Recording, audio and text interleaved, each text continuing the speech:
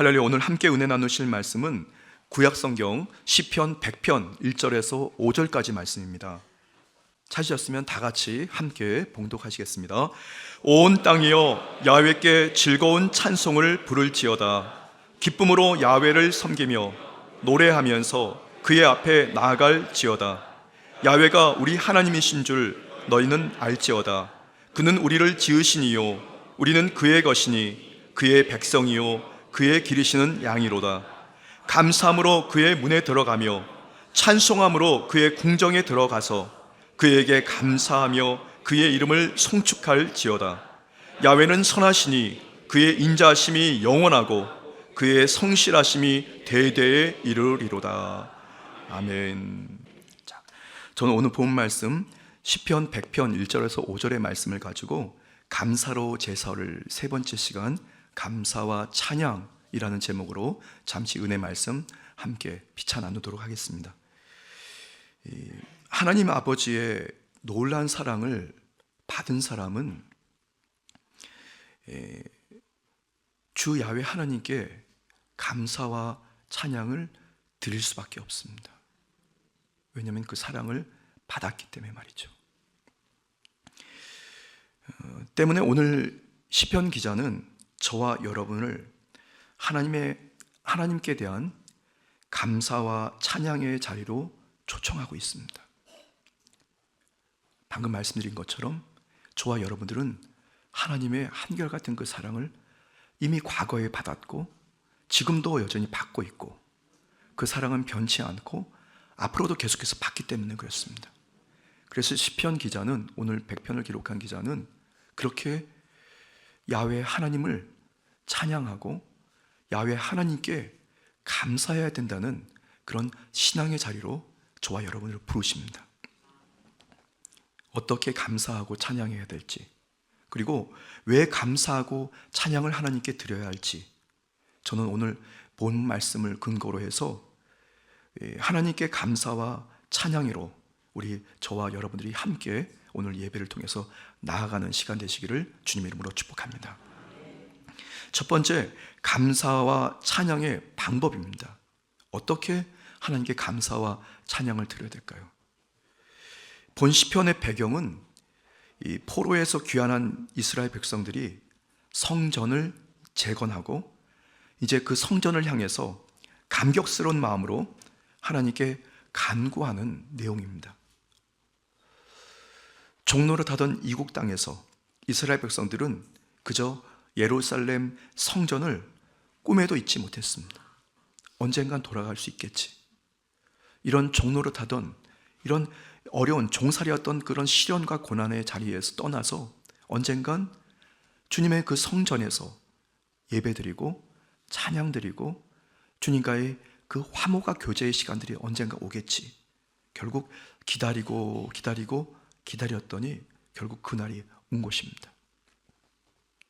이제 시련의 세월이 다 끝나고 그들의 회개의 눈물이 마르기도 전에 그들이 이제 그토록 기다리던 예루살렘 성전에서 하나님께 감사와 찬양을 드리는 바로 그 시작의 단계에 와 있습니다. 모르긴 해도 아마 그들은 그 자체만으로 감격했을 것이고 그들이 그 자리에 있는 그 순간만으로도 하나님께 그저 감사했으리라고 생각합니다. 그토록 기다렸던 그 시간과 장소가 이제 눈앞에 와 있으니까 말이죠.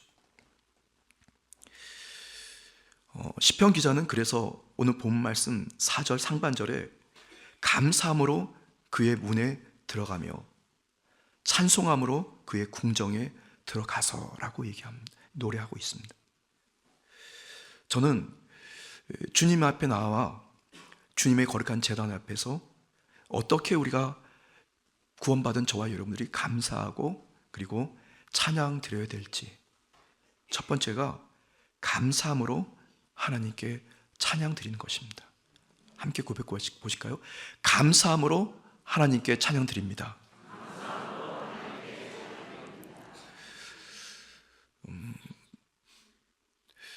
여러분들 오늘 순복음 강북교회 특별 저녁 예배에 오실 때 성전에 들어오시는 그 출입문, 그리고 교회에 들어오시는 그 출입문, 각 계단들 들어오실 때 무심코 들어오셨나요? 아마 다 그러셨을 것 같아요. 저도 사실은 지하 주차장에 차를 세워놓고 교회 엘리베이터를 타고 올라올 때까지, 사무실에 들어갈 때까지 사실은 아무 생각 없이 그냥 올랐습니다. 늘 그렇게 했으니까 말이죠. 그런데 여러분, 과거 이스라엘 백성들이 잃었던 예루살렘 성전, 무너졌던 그 성을 다 복원하고 재건한 후에 그들이 종노릇하던 곳에서 이제 자유와 해방을 얻어서 고향으로 돌아와 그 성전에 처음 들어갔을 때를 한번 상상해 보십시오. 그냥 그 자체만으로도 감사하고 감격할 일입니다. 사실은 그것은 그들의 신앙에게만 해당된 것이 아니고 2025년도를 살아가는 저와 여러분들에게도 똑같이 해당된다는 저는 분명히 믿습니다. 우리가 성전에 들어올 수 있는 것이 참 은혜이고 감사하고, 이곳에서 예배 드릴 수 있는 것이 감사하고, 사실은 이 성전에서, 거룩한 교회에서 주 야훼 하나님께 찬양으로, 감사로, 각종 봉사와 헌신으로 예배 드릴 수 있는 그 날짜와 기한, 횟수가 사실은 정해져 있다는 사실을 여러분 알고 계십니까? 영원토록 우리가 이곳에서 찬양 드릴 수가 없는 것이 꼭 사실입니다. 왜냐하면 우리는 육신의 한계의 삶을 살고 있기 때문에 말이죠. 언젠가는 우리의 몸이 병들어서 이곳에 올 수 없는 날도 있을 수 있고, 혹시 여러 가지 상황과 여건이 달라서 우리가 해외에 이민을 가거나 아니면 이사를 가거나 등등 다양한 경우와 변수가 있어서 이곳을 들어올 수 없는 때가 올 수도 있습니다. 저는 2018년도 3월 달이었는데요. 그때 중국 청도 순복음 한인교회가 창립된 창립 기념일 예배가 있었습니다. 근데 그날 창립 최초로 그 교회를 창립하셨던 목사님은 중국 당국에서 강제 출국해서 사실은 영원토록 중국에 못 들어오는 그런 강제 출국된 분이었기 때문에 그 목사님은 모실 수 없었고, 부인되는 목사님을 그날 모셨어요. 그래서 전날 중국에 입국하셔서 하룻밤 주무시고, 그리고 이제 주일을 맞이해서 정말 감사할 그런 예배를, 창립 예배를, 기념 예배를 드리는데요. 그날 중국 공안들이 귀신같이 알아내고, 그날 이 카메라와 또 여러 가지 수첩 이런 걸 들고 급습을 하더라고요. 다 계산하고 온 겁니다. 제가 무심코 이렇게 딱 그 복도를 지나서 담임 목사 사무실로 딱 들어가려고 하는데 2층 중앙홀 들어오는 2층 출입구에 뭔가 하여튼 느낌이 좀 다른 느낌이 이렇게 콕콕 들어오는 게 느껴져서 그냥 그 자리에서 휙 돌아서 왔던 자리로 휙 갔습니다. 그리고 복도 끝에서 유심히 관찰해 봤습니다. 그랬더니 정확히 경찰관 복을 입은 5명의 경찰관들이 우르르 떼져서 다 알고 온 것처럼 바로 2층에 와서 담임 목사 방으로 쫙 들어가더라고요. 저는 복도 끝에 반대편에 있었는데 말이죠. 그리고 이제 그때 담당하시던 전사님께 신호를 하고 피하라고, 일단 피하라. 그렇게 하고 준비를 하고 사무실로 들어갔습니다. 그랬더니 담임 목사님도 없는 그 자리에 경찰관들 5명이서 촬영하는 그 녹음 카메라를 쫙 들면서 말이죠. 동시 촬영하면서, 그리고 이제 저를 맞이하더라고요. 글쎄 말이죠. 그 순간에는 경찰관 앞에 선 저는 죄인이었습니다.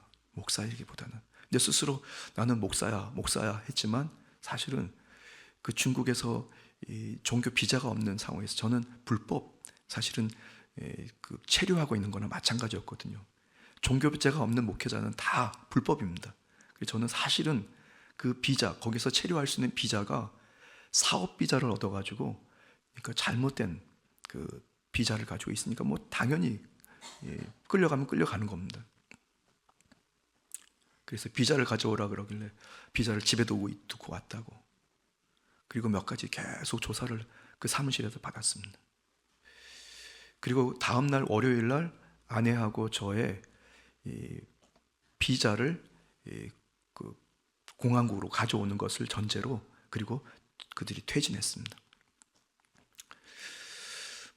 글쎄요, 우리가 이렇게 자유롭게 얘기할 수 있다는 것, 이것은 사실은 큰 행복이고 감사하고 찬양드릴 줄 믿습니다.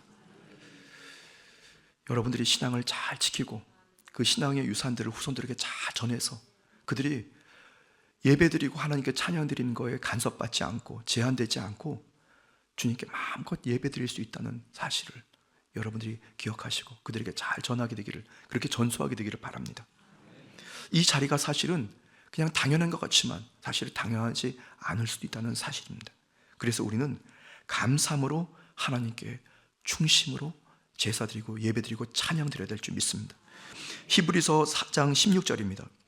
그러므로 우리는 긍휼하심을 받고 때를 따라 돕는 은혜를 얻기 위하여 은혜의 보좌 앞에 담대히 나아갈 것이니라. 아멘. 예수님께서 처절하게 십자가에 죽으시고 그리고 성전의 휘장이 찢어진 그 순간부터 저와 여러분들은 제사장으로서 당당하게 담대하게 성전에서 예배드릴 그런 은혜를 입은 줄 믿습니다. 그 가치가 얼마나 귀중하고 복된지요. 여러분들이 이 자리에 앉는 그것이 얼마나 복되고 귀한지 아십니까? 저는 여러분들에게 앞으로도 종종 드릴 말씀인데요, 교회 주변에 사실은 보이지 않는 울타리가 하나 있습니다. 높이도 그렇게 높지 않습니다.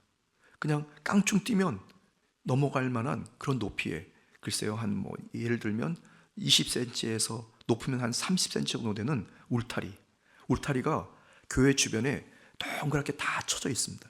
그런데 그 울타리가 보이지 않습니다, 여러분. 그런데 그 울타리를 우리는 자연스럽게 지나서 예배를 드리고 있는 거예요.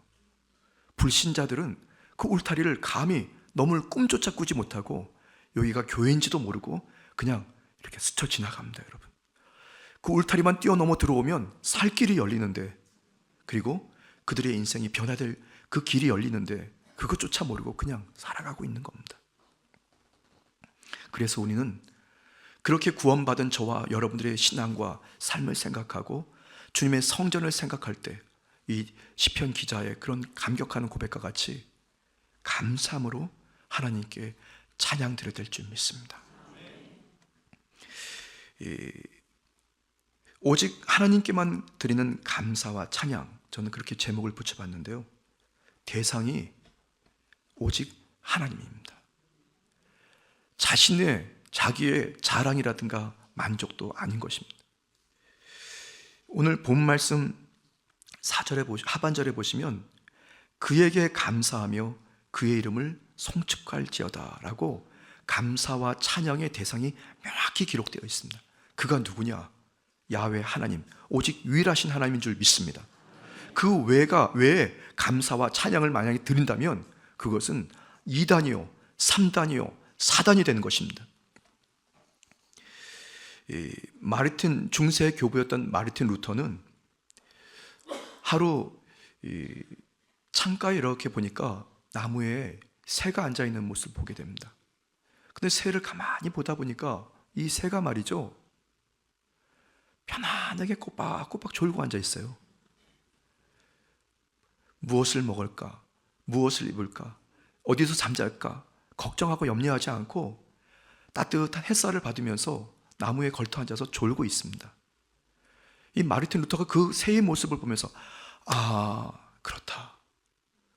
한낱 미물인 저 새도 내가 어떻게 살아가지? 나는 지금 내가 왜 이런 모습으로 살아가나 하면서 자신을 막 비관하거나 그렇지 않고 그냥 편안하게 졸고 있거든요. 자신을 보니까 그렇구나.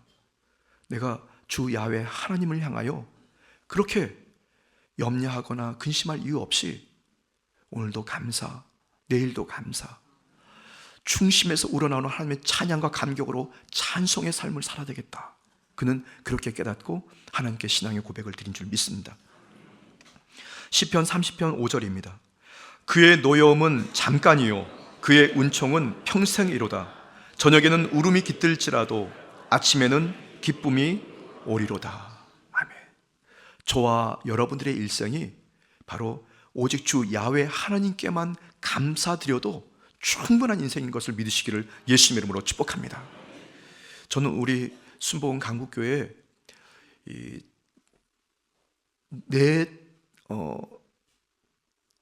어떻게 얘기해야 될까요? 찬양대가 어떻게 네 명이라도 할 수 없고 뭐라 그러죠? 네 개의 부서인 찬양대가 있지 않습니까? 그렇죠? 그런가요? 셋, 다섯인데 죄송합니다. 네, 죄송합니다. 제가 숫자 개념이 좀 약한. 이 찬양대의 찬양을 제가 그때 예배 때 하나님을 향한 찬양의 곡절을 제가 듣고 가사를 묵상하면서 곰곰이 보면 말이죠. 야, 진짜 다른 건 몰라도 찬양대의 찬양만으로도 하나님께서 정말 행복하게 하시겠다. 그래서 아마 모르겠습니다. 저기 일산에 모 순복음 교회 담임 목사님이 6.25 사변 이후에 이런 아름다운 찬양 들어본 적이 없다고 항상 그렇게 하시는 목사님이 계시거든요. 정말 6.25 사변 이후에 정말 어떤 찬양보다 가장 아름답고 하나님이 기뻐하시는 찬양을 우리 순복음 강북교회 이곳 대성전에서 드리고 있습니다. 여러분의 일생이 그렇게 내가 무엇을 먹을까, 무엇을 입을까, 어디에 거할까 염려하지 않아도 주님께서 다 공급하시는 것을 여러분 믿고 오직 주 야훼 하나님께만 전심으로 찬양 드리게 되기를 예수님 이름으로 축복합니다. 중심으로 감사드리게 되기를 예수님 이름으로 축복합니다.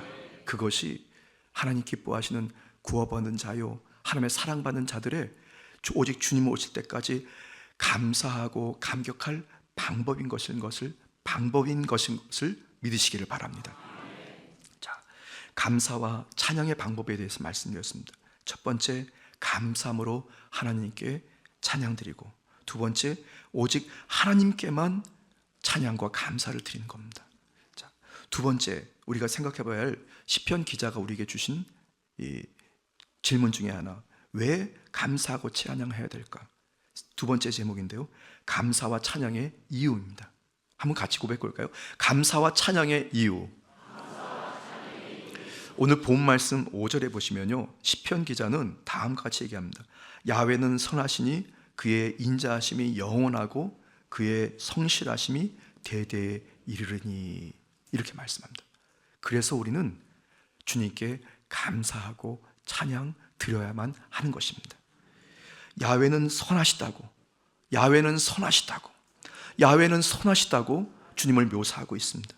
이 선하시다는 것은 하나님의 본성이고 하나님의 성품입니다. 하나님의 본성이고 성품입니다.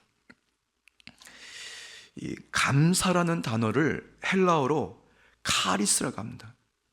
카리스는 은혜와 똑같은 말인데요, 그래서 감사는 은혜의 표현이라고도 말씀드릴 수 있어요. 시편 기자는 기쁨과 찬양, 노래로 그의 중심에서 우러나는 감사를 표현하고 있습니다. 그런데 그 감사의 표현이 선하신 주 야훼 하나님의 본성과 주님의 그 성품에 대해서 감사하고 찬양 드리는 거예요. 모든 사람이 감사와 찬양을 드릴 충분한 근거가 되는 것이 하나님의 선하심 때문에 그렇습니다. 하나님의 선하심은 인류에게 다음과 같은 유익함을 선사하기 때문입니다. 그의 영원한 인자하심 때문에 말이죠. 한번 같이 고백해 볼까요? 그의 영원한 인자하심. 오늘 본 말씀 5절에 야훼는 선하시니 그의 인자하심이 영원하고, 그의 인자하심이 영원하고. 다윗 왕은 하나님의 그 법궤를 그의 성전으로 모셔드릴 때 형언할 수 없는 큰 기쁨을 맛보았을 거라 생각합니다. 그 기쁨을 찬양대의 찬양과 감사로 표현을 했는데요, 역대상 16장 34절입니다. 우리 같이 읽겠습니다. 야훼께 감사하라. 그는 선하시며 그의 인자하심이 영원함이로다. 아멘. 주 야훼 하나님의 그 영원한 인자하심, 그 인자하심의 극치가 바로 예수 그리스도입니다. 주님의 그 십자가, 그 십자가에 흐르는 예수님의 보혈이 주님의 그 인자하심의 아주 극치인 것입니다. 그래서 저와 여러분들이 그 십자가로 주님의 인자하심이 입증됐기 때문에 십자가를 바라볼 때마다 우리는 주님 앞에 감사하고 찬양드려야 할 이유가 될 줄 믿습니다. 선하신 하나님께서 인생에게 베푸실 그 인내하심과 그리고 자비는 끝이 없으십니다. 우리가 아무리 범죄하고 실수하고 주님을 원망하고 불평하고 저주한다고 하더라도 주님께서는 언제든지 저와 여러분들을 용납하고 끌어나실 준비를 하고 계실 줄 믿습니다. 알마다 샘솟는 그것은 샘물 같은 것이고, 그래서 시내산에서 모세에게 주님의 그 모습을 보였던 하나님께서는 그의 인자하심을 1000대까지 베푸신다고 약속하셨는데요, 출애굽기 34장 7절입니다. 인자를 1000대까지 베풀며 악과 과실과 죄를 용서하시리라. 그러나 벌을 면제하지는 아니하고 아버지의 악행을 자손 3대까지 보응하리로다 하리라. 아멘. 하나님께서는 알고 보았더니 언제나 다 오르셨습니다. 그리고 그의 사랑은 영원하셨습니다. 다만 저와 여러분들의 눈동자가 달랐던 것이고 우리의 이해가 달랐던 것입니다. 그의 사랑은 영원했고 그의 사랑은 주님 오실 때까지 신실한 모습이었습니다. 하나님의 인자하심이 영원한 것은 이제 어떤 시간적인 차원을 뛰어넘어서 그가 용납하고 포용하시는 대상에게 다 적용됩니다. 누가복음 6장 35절입니다. 오직 너희는 원수를 사랑하고 선대하며 아무것도 바라지 말고 꾸어주라. 그리하면 너희 상이 클 것이요 또 지극히 높으신 이의 아들이 되리니 그는 은혜를 모르는 자와 악한 자에게도 인자하시니라. 아멘. 주님의 선하심, 주님의 그 인자하심, 주님의 그 본성과 성품을 우리는 닮아가야 할 줄 믿습니다. 주님께서 말씀하신 것처럼 대상이 어떤 대상이 되었다 할지라도 저와 여러분들은 그리스도 예수의 그 심장과 그 심정을 가지고 용납하고 이해하고 포용하고 껴안게 되기를 예수님 이름으로 축복합니다. 오늘은 좀 특별한 날인 것 같습니다. 저는 순복음 강북교회 부임에 와서 추수감사절을 앞두고요, 오늘 어제와 오늘 교회에 여러분 앞에 보시면 이 사랑의 쌀들이 쌓여 있어요. 아마 이게 200포대인가 아마 그렇다고 하는데 밑에 아마 또 300포대인가 더해서 총 아마 500포대 이상이 아마 이렇게 다 있어요. 근데 오늘 8시에 그 쌀을 실은 큰 대형 트레일러가 와가지고 남성교회 또 우리 교회에서 일하시는 모든 직원들 또 우리 남성 목사님들까지 다 땀을 뻘뻘 흘리면서 말이죠, 쌀을 다 옮겼어요. 그리고 이제 200포대인가를 아마 이곳 대성전에 딱 아주 무슨 그림 그린 것처럼 정렬을 쫙 해가지고 잘 쌓아놨습니다, 여러분. 전 사실 이런 모습은 사실 이제 순복 강북교회에서 처음 봤는데요. 이것이 어떻게 보면 여러분들이 주님이 주시는 그 주님의 인자하심 그리고 주님의 그 본성, 선하신 그런 본성을 그대로 따라가고 있는 모습인 줄 믿습니다. 이 쌀을 구매하기 위해서 여러분들이 호주머니를 다 털어서 아마 제가 들어보니까 교구별로 다 이렇게 모금을 이미 한 거로 전 얘기 들었어요. 여러분 먹을 걸 좀 줄이고 입을 걸 좀 줄여서 여러분들이 구제하려고 이렇게 다 해주신 여러분의 헌신에 다시 한번 감사드립니다. 쌀이나 이거 다 중요한데 말이죠, 여러분들의 그 중심이 바로 하나님의 그 인자하심과 선하심을 닮아가고 있던 저는 믿습니다. 누가복음 같이 말씀을 나눴나요? 말씀 나눴군요. 누가복음 6장 35절 말씀. 하나님의 그 인자하심을 여러분들이 끝까지 기억하고 주 오실 때까지 그런 모습을 가지고 하나님께 찬양으로 영광 돌리게 되기를 주님의 이름으로 축복합니다. 자, 마지막으로 이 주님의 그 선하심, 찬양과 감사의 이유는 대대에 이르는 그의 성실하심이 바로 우리가 찬양의 이유가 될 줄 믿습니다. 오늘 본 말씀 이 5절 하반절에 나와 있는데요. 그의 성실하심이 대대에 이르리로다 말씀합니다. 그의 성실하심이 대대에 이르리로다. 선하고 선하신 하나님의 본성은 그의 성실하신 말씀과 그리고 신실하신 정직한 영이신 성령의 역사를 통해서 드러나게 되어 있습니다. 민수기 23장 19절입니다. 하나님은 사람이 아니시니 거짓말을 하지 않으시고 인생이 아니시니 후회가 없으시도다. 어찌 그 말씀하신 바를 행하지 않으시며 하신 말씀을 실행하지 않으시랴. 아멘. 이스라엘 백성들이 범죄하고 하나님을 원망하고 불평하고 저주했지만 그러나 하나님께서는 그들을 완전히 멸하거나 그들을 인생을 정말 그냥 마감하지 않으시고 출애굽 1세대가 광야에서 다 죽고 이제 출애굽 다음 세대들, 미래 세대들이 젖과 꿀 흐르는 가나안 약속의 땅으로 들어가게 하셨습니다. 주님께서는 약속의 말씀 그대로를 지키시는 신실하신 분인 줄 믿습니다. 저와 여러분들이 그분을 신뢰하고 그분을 따라가게 되면 정직한 영이신 성령님께서 바로 신실한 열매와 거룩한 열매를 저와 여러분의 삶에 있게 하실 줄 믿습니다. 그래서 우리는 항상 그분께는 거짓도 없고 잘못도 전혀 없으신, 그리고 항상 신실하신 주님의 그 신실성을 통해서 세상의 기만과 때로는 술수, 거짓과 때로는 이 가증함을 견뎌내는 복된 역사가 있게 되시기를 주님의 이름으로 축복합니다. 여러분, 추수감사절 특별 저녁 기도회 이제 오늘 세 번째 날입니다. 오늘 여러분들이 주님 앞에 목 놓아 기도드릴 때 이곳에서 응답받고 해결될 줄 믿습니다. 신실하신 주님께 다 아뢰십시오. 정직하신 주님께 아뢰십시오.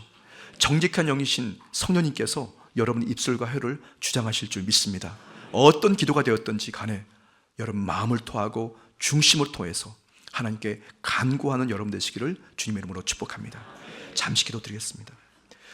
좋으신 주 야훼 하나님, 감사와 찬양으로 하나님께 영광 돌리게 하심을 감사합니다. 우리 순복음 강북교회와 사랑하는 성도들이 오직 주 야훼 하나님만을 바라보고 감사함으로 하나님께 찬양으로 영광 돌립니다. 믿음을 가지고 그 심정을 가지고 믿음으로 기도드릴 때에 하늘의 문을 열어주시고 부르짖는 기도를 통해 역사와 기적의 은혜를 만나고 전하도록 도와주옵소서. 특별히 주님 앞에 기도드리는 것은 이제 내일 우리 순복음 강북교회 미래 세대들이 대입 수험을 위해서 시험을 치르게 됩니다. 더불어 취업을 앞두고 준비하는 취업 준비생들도 또한 기억하셔서 저들이 앞길이 형통하게 하여 주시고 번성하게 도와주셔서 하나님이 기뻐하시는 사명자의 인생을 누리게 하여 주옵소서. 감사드리며 예수님의 이름으로 간절히 축복하며 기도드렸습니다. 아멘.